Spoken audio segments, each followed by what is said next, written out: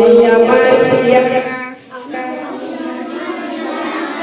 আমি অকণি আগবাঢ়ি যাওঁ নিপুণ ভাৰত গঢ়ি নিপুণ অসম গঢ়ি আমি আগবাঢ়ি যাম নিপুণ অসম গঢ়ি আমি দেশৰ ধৰণী আমি বীৰ নাচি আমি বীৰ নাচি আহা আহা হাতে হাত ধৰি পৰাশালি যাম ভাষা আৰু গণনা শিকি ডাঙৰ মানুহ আমি অসমৰ মান ৰাখিম নিপুণ ভাৰতৰ মান ৰাখিম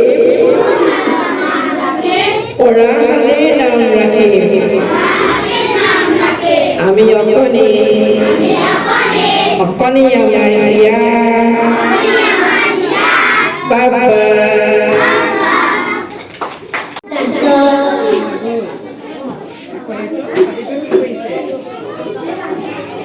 বল খেলিছে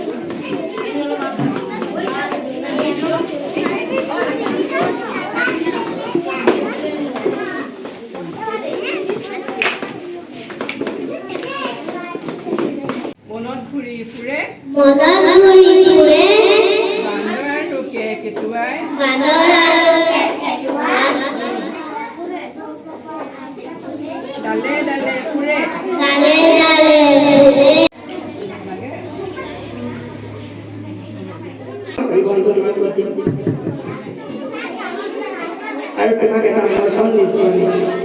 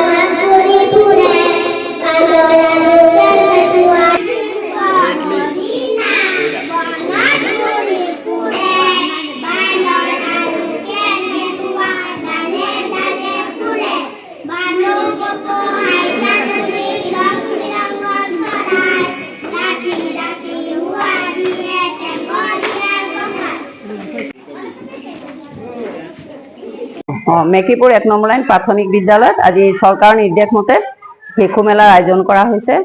সকলো অভিভাৱক আহিছে, ল'ৰা ছোৱালীও আহিছে। গোটেইখিনিক আমি যিখিনি কাৰ্যসূচী চৰকাৰে দিছিলে সেইখিনি আমি গোটেইখিনি পালন কৰিলোঁ আৰু ভাবিছোঁ এইখিনিৰ পৰা তাৰমানে আমাৰ ল'ৰা ছোৱালীখিনি উপকৃত হ'ব। আমাৰ গাৰ্জেনো অনেক কথা বুজি পালে, আজি বুজি পাই তেওঁলোকেও ঘৰত নিশ্চয় তাৰমানে সেইমতে কৰি যাব। আশা কৰিছোঁ ভৱিষ্যতলৈও আমি এনেকুৱা মানে হেৰি পাম আৰু তাৰ দ্বাৰা আমি আৰু উপকৃত হ'ম আৰু আমাৰ অভিভাৱকসকলেও উপকৃত হ'ব। ইমানেই আজি কাৰ্যসূচী হৈছে নিপুণ ভাৰত তথা অসম গঢ়াৰ কণ কণ ছাত্ৰ ছাত্ৰীসকলক আমি ভাষা আৰু গণনাৰ ওপৰত শিক্ষা দিবৰ কাৰণে আমি শিশুৰ সৰ্বাংগীন বিকাশৰ সাধনাৰ বাবে এটা বিশেষ পদক্ষেপ লৈছোঁ, যিটো আমাৰ শিক্ষা বিভাগে আমাক দায়িত্ব দিছে। প্ৰতি স্কুলতে আমি এই দায়িত্ব পালন কৰি আহিছোঁ। শিশুৰ বিশেষকৈ ভাষা আৰু গণনাৰ ক্ষেত্ৰত কেনেকৈ আমি আগবঢ়াই নিম, ছবি দেখি কেনেকৈ ক'ব। প্ৰথমতে তেওঁলোকৰ নামটো আমি পঞ্জীয়ন কৰিছোঁ। তেওঁলোকৰ উচ্চতাৰ আমি জোখ মাখৰ দিহা কৰিলোঁ, তেওঁ ওজনৰ দিহা কৰিলোঁ। তেওঁলোকৰ অভিভাৱকৰ নাম, মাকৰ নাম এইখিনি আমি লৈছোঁ। তাৰপৰা তেওঁলোকৰ সম্পূৰ্ণ নথি পত্ৰখিনি আমি সংগ্ৰহ কৰিছোঁ এই সুযোগতে। তাৰপৰা আমি শাৰীৰিক বিকাশৰ দক্ষতাৰ ওপৰত তেওঁলোকক স্পিকিং এনেকৈ ৰছী দি পেলাই জাপ মাৰিব দিলোঁ। জাপ মৰাৰ পাছতে তেওঁলোক একা বেকাকৈ জাপ মাৰি দিছোঁ। এইখিনি তেওঁলোকে কৃতকাৰ্য হৈছে। ভাষাৰ বিকাশৰ কাৰণে আমি বিভিন্ন ছবি সংগ্ৰহ কৰিছোঁ, সাধু কথা ছবি এইবোৰ দিছোঁ। তাৰপৰা তেওঁলোকে ভাষা মাত ক'ব পাৰিছে নাই, আমি তাৰ ভাষা বিকাশত আমি ফলপ্ৰসূ হৈছোঁ। ৰং কৰিব দিছোঁ, ৰঙতো তেওঁলোকে উত্তীৰ্ণ হৈছে, ভাল ৰং কৰিছে তেওঁলোকে। আৰু কিছুমান তেওঁলোকৰ ছাত্ৰ ছাত্ৰীৰ সামাজিক আৱেগিক আছে, যিবোৰ নেকি তেওঁলোকে হঠাতে কান্দে, হঠাতে হাঁহে, সেইখিনি তেওঁলোকক পৰিৱেশন কৰিব দিলোঁ। তেওঁলোকে কিছুৱে কালি দেখুৱালে, কিছুৱে হাঁহি দেখুৱালে, ভাল লাগিলে। তাৰ পৰা আমি বৌদ্ধিক বিকাশ কৰিব দিলোঁ। কিছুমান সৰু সৰু বস্তু ডাঙৰ পৰা সৰুলৈ সজোৱা, সৰুৰ পৰা ডাঙৰলৈ সজাবলৈ দিলোঁ। তেওঁলোকে ধুনীয়াকৈ সজাইছে, ভাল লাগিলে। ৰঙৰ বিষয়েও তেওঁলোকে ধুনীয়াকৈ ক'ব পাৰিছে, ভাল লাগিলে। আৰু তেনেকৈ আমি যেনেকৈ কষ্ট কৰিছোঁ ছাত্ৰ ছাত্ৰীৰ লগত, তেনেকৈ তেওঁলোকে আজি অলপ ফলপ্ৰসূ হৈছে বুলি মই ভাবিছোঁ। তাৰপৰা তেওঁলোকক আমি প্ৰাক সাংখ্যিকতা জ্ঞানৰ কাৰণে কিছুমান সৰু সৰু আমি মণিগুটি দিলোঁ, মাৰ্বল গুটি দিছোঁ আৰু মণিচাল গুটি দিছোঁ, গন্তি কৰি দিছোঁ। 10ৰ পৰা 20ৰ ভিতৰত, 20ৰ পৰা গণনা কৰিব দিলোঁ। 10ৰ পৰা 9ৰ ভিতৰত, 1ৰ পৰা 9ৰ পৰা গন্তি কৰিব দিলোঁ। আৰু মণিৰ সহায়ত আমাৰ যিডাল গণিতমালা বুলি এটা মণি আছে, মণিডালৰ সহায়ত তেওঁলোকক সদায় আমি শিক্ষা দি আহিছোঁ। আজিও সেই শিক্ষা দিলোঁ। আৰু তেওঁলোকে ৰঙৰ পাৰ্থক্যখিনি বুজি পাইছে, ৰঙৰ বিষয়ে ক'ব পাৰিলে। আৰু সিহঁতৰ শিশুৰ সৰ্বাংগীন উন্নতি সেইকাৰণে বিকাশৰ বাবে আমি পদক্ষেপ লৈছোঁ। আৰু এমাহৰ পাছতে আমি তেওঁলোকক আকৌ এটা এনেকুৱা আমি মেলা এখন পাতিম। এতিয়া যিখিনি পাতিছোঁ তেওঁলোকে